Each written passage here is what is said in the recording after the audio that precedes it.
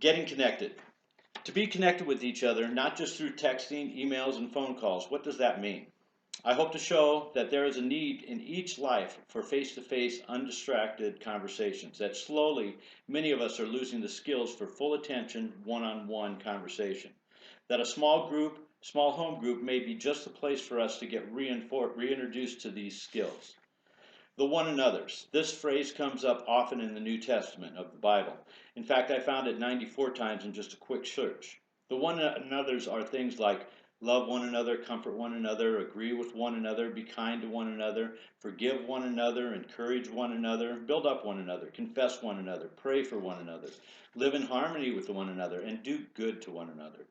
Whether you subscribe to the Bible or not, I think we all could agree that these are some very excellent ways for us to treat and communicate with each other.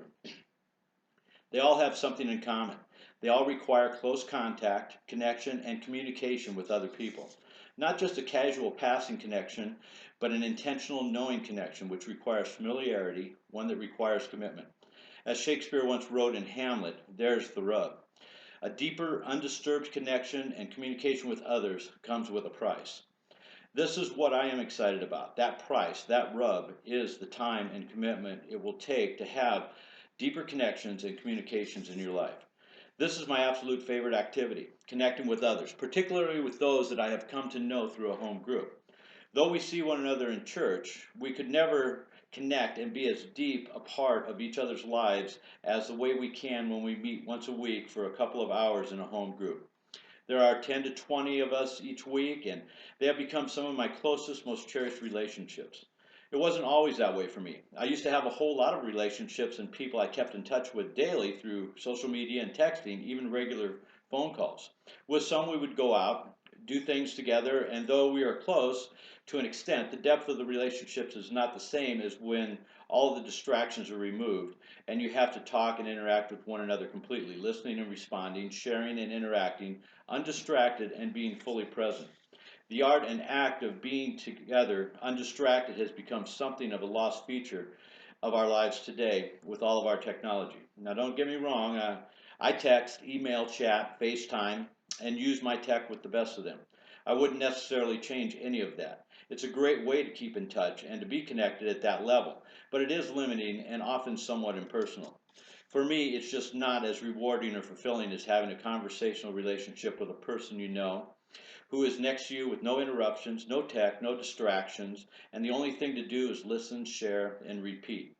We used to do things like that all the time, just talk to face without any other things going on. We didn't multitask our relationships or our conversations. Face to face and eye to eye, undistracted conversations and relationships made it a lot easier to do the one another types of things I started this essay with. Almost all of those things must be done in person and face to face. I found that I missed that type of connection with people outside of my family and wanted to get back into my life.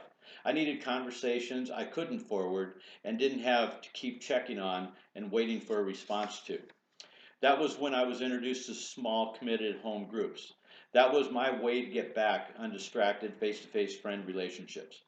In a provocative article in the New York Times titled, Stop Googling, Let's Talk, by Rhetorical, who is a professor in science, technology, and society at MIT, she makes some pointed observations about today's technology and how it hinders our abilities to talk in face-to-face environments. I would recommend reading the whole article, but I will only draw out a couple of her observations here. One such observation is the rule of three guideline many people knowingly or unknowingly are using for texting or using tech while in group conversations. She writes, in a conversation among 5 or 6 people at dinner, you have to check that 3 people are paying attention to the conversation before you give yourself permission to look down at your phone, unquote. Or as one girl put it, quote, you never have to be bored.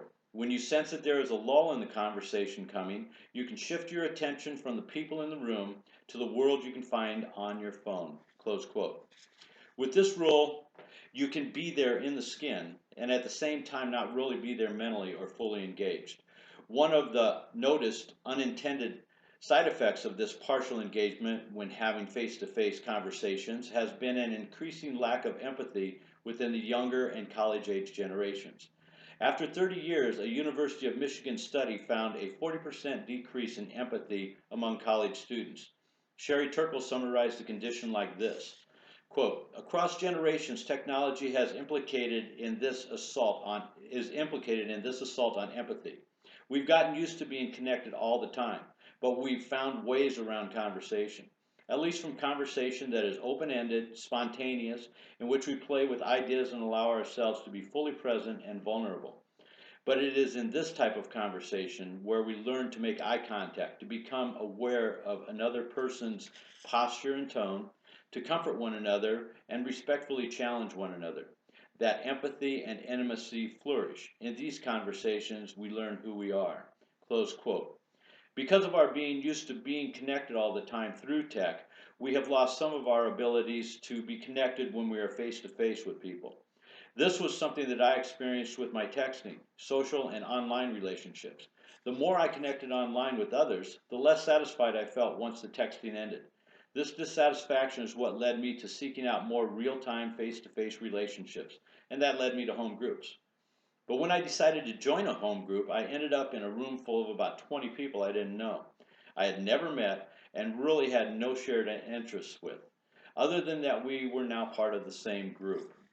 I admit that walking in that first night and seeing all those people I didn't know, I had made inside a decision in my mind that that was going to be my last night with the group. However, things changed. I got involved with one conversation, then another, and there was something about those conversations that was different. It was not in what we talked about because I really don't remember, but in how we talked. We talked face to face, eye to eye, with intention, with focus, and with no distractions. I walked out of that home that night with a couple of new friends and a whole new perspective.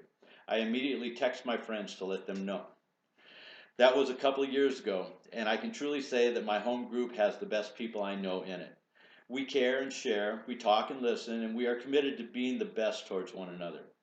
It is amazing that some of my best relationships in my life came to me in this most unexpected of ways. And they are made up of people that I would never have had the opportunity to meet and get to know outside of this group. None of us in the group are the same. We are made up of married and singles, young and old, in good health and in not so good health. We have different interests and backgrounds, and we come from different economic settings. But those things don't matter. We love and deeply care for each other, and we share each other's hurts, hopes, and dreams. All because we each took a chance and made a commitment to meet, discover, to talk, to be unplugged, and intentionally become interested in each other. Not everyone is going to have these same needs or feelings about their conversations in their lives. But for those who do feel a twinge that something is missing or have a desire for more substance in their conversations, take a chance. Find a way to find a place to unplug for a bit and just get into the habit of face to face and eye to eye conversation again. Turkle sums up her article in this way. Quote, this is our moment to acknowledge the unintended consequences of the technologies to which we are vulnerable, but also to respect the resilience that has always been ours. We have time to make corrections and remember who we are. Creatures of history, of deep psychology, of complex relationships, of conversations, artless, risky, and face to face. Close quote. If you're feeling a bit like I was, take a chance and look into a group where you can feel at home, welcomed, and you can relax, where you can get to know somebody face to face and rediscover a deeper conversation, where you can live out the one another's we often can't find the time or opportunity for anywhere else. You can do like I do and text all your friends about it and tell them how good it was afterwards. Thank you very much.